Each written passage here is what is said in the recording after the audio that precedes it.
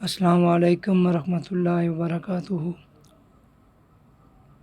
مجھے یقین ہے کہ آپ سب دوست خیر و عافیت سے ہوں گے۔ آج کا وظیفہ ہے الوہاب، جس کا مطلب ہے سب کو عطا کرنے والا۔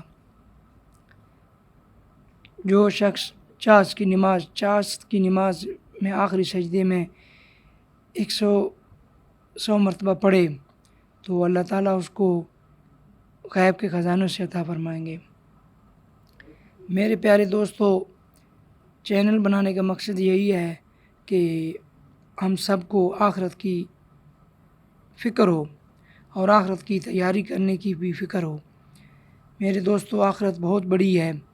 یہ دنیا کی زندگی کچھ بھی نہیں ہے آخرت کے مقابلے میں۔ تو اللہ تعالیٰ ہمیں آسانیاں عطا فرمائے اور آسانیاں بانٹنے والا بنائے اور آخرت کی فکر کرنے والا بنائے۔